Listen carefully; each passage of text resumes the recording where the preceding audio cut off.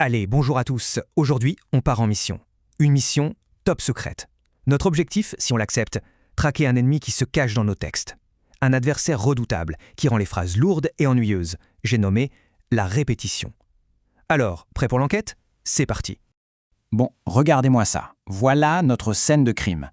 On lit ensemble. L'enfant joue, l'enfant rit, l'enfant voit son ami. On sent bien qu'il y a un truc qui ne va pas, hein. Le mot l'enfant, on le voit partout, répété encore et encore. Franchement, c'est lourd, ça manque de rythme. C'est un vrai crime de style. Alors la question, elle est simple. Comment on fait pour résoudre ce crime? Comment on peut arranger ce texte pour qu'il soit, plus agréable à lire, plus fluide? Il nous faut un plan d'attaque, des outils d'agents secrets pour nettoyer tout ça et redonner du peps à nos phrases. Et justement, notre premier indice, le voilà. C'est l'arme secrète de tous les bons enquêteurs de la langue française. Je vous présente le dossier secret des pronoms personnels. Ce sont eux, nos agents d'élite. C'est grâce à eux qu'on va réussir notre mission. Alors, qu'est-ce que c'est un pronom personnel? Imaginez un mot espion, un véritable agent secret. Sa mission, c'est de remplacer un nom ou un groupe de mots pour éviter de le répéter. Il arrive discrètement, il prend la place et hop, le texte devient tout de suite plus léger, plus agréable à lire. C'est ça son super pouvoir. Ok, ouvrons le dossier. On va commencer par les suspects principaux, ceux qu'on trouve toujours au cœur de l'action. Je vous présente les pronoms sujets. Comme leur nom l'indique, ce sont eux qui font l'action dans la phrase. Ce sont les stars en quelque sorte. Et voici toute l'équipe, notre line-up de suspects. On a je, tu, il, elle, on. Et au pluriel, nous, vous, il, elle. Chacun a un rôle bien précis. Pour savoir lequel utiliser, c'est super simple. Il suffit de poser la question « Qui est-ce qui fait l'action ?» La réponse, ce sera forcément l'un d'entre eux. Je parle, il court. Facile et hyper efficace, non? Bon, assez de théorie, voyons-les sur le terrain. Regardez cette phrase. Au lieu de dire « les élèves regardent un film »,« les élèves le visionnent », ce qui est un peu lourd, on envoie notre agent « ils en mission ». Et voilà le résultat. Les élèves regardent un film, ils le visionnent. C'est beaucoup plus classe, non? L'agent « il » a remplacé les élèves et hop, le tour est joué. Mission accomplie. Attention, nos agents sujets ne travaillent jamais seuls. Ils ont des complices, des partenaires qui agissent dans l'ombre. Ce sont les pronoms compléments. Eux, leur rôle, ce n'est pas de faire l'action, mais de la recevoir. Allez, on continue l'enquête pour voir comment ils fonctionnent. Alors, leur spécialité, à ces complices, c'est de remplacer les noms qui subissent l'action. Il y a deux grandes familles. D'un côté, on a les COD, les compléments d'objets directs. Pour les trouver, on pose la question « qui » ou « quoi » après le verbe. Et de l'autre, les COI, les compléments d'objets indirects. Là, la question sera plutôt « à qui »,« à quoi »,« de qui ». Vous allez voir, c'est une question de logique. Prenons un exemple concret. Son beurre, Emma l'achète à la crémière. Ici, notre pronom, c'est le petit « le ». Il remplace quoi, à votre avis? Son beurre, exactement. On se pose la question « Emma achète quoi ?»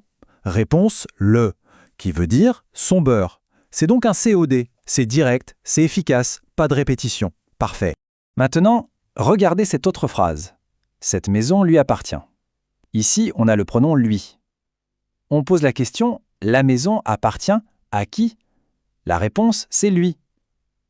Vous voyez la petite préposition « à » dans la question. C'est ça qui nous dit que c'est un COI, un complément d'objet indirect. Le secret, c'est vraiment de toujours se poser la bonne question après le verbe. Ok, maintenant qu'on a vu les agents de terrain et leurs complices, il est temps de passer au niveau supérieur. On va rencontrer les unités d'élite, les agents vraiment spéciaux pour les missions, disons, les plus compliquées. Ils ont des compétences uniques. Premier agent de cette unité d'élite, le pronom réfléchi. Son super pouvoir, c'est de renvoyer l'action sur le sujet, un peu comme un miroir. Quand on dit « je me prépare », l'action de préparer revient sur « je ». C'est moi qui prépare moi-même. Ce sont les fameux « me »,« te »,« se »,« nous »,« vous »,« ce » qu'on trouve avec les verbes pronominaux comme s'habiller ou se laver. Et pour finir, je vous présente un duo de choc, deux agents très spéciaux, Y et An. Alors, l'agent Y, c'est le pro des lieux. Je vais au cinéma devient j'y vais. Le Y remplace au cinéma. Facile. Et l'agent EN, lui, il s'occupe des choses ou des quantités qu'on introduit avec deux. Par exemple, elle parle de son enfance devient elle en parle. Ce sont deux petits mots, mais de vrais gadgets linguistiques super pratiques. Voilà, la mission est presque accomplie. Vous voyez, en apprenant à utiliser tous ces agents secrets, on ne fait pas juste un exercice de grammaire, on acquiert un vrai pouvoir, celui de rendre nos textes bien plus clairs, plus fluides, bref, d'écrire comme des pros. Et ça sert concrètement tous les jours. Par exemple, Dans une activité comme la Twicté, où l'on écrit et corrige des textes avec d'autres classes, savoir bien utiliser ses pronoms, ça change tout. C'est vraiment la clé pour bien écrire, pour bien se faire comprendre et pour progresser en orthographe.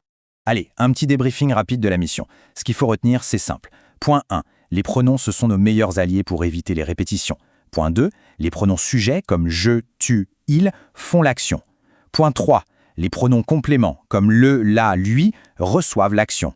Et enfin, point 4. Les agents spéciaux ce, i, en sont là pour les missions un peu plus délicates. C'est clair, non ? Voilà, notre mission d'aujourd'hui est terminée. Mais en réalité, une nouvelle mission commence pour chacun et chacune. La prochaine fois qu'il faudra écrire une histoire, une rédaction ou même un simple message, pensez à tous ces agents secrets.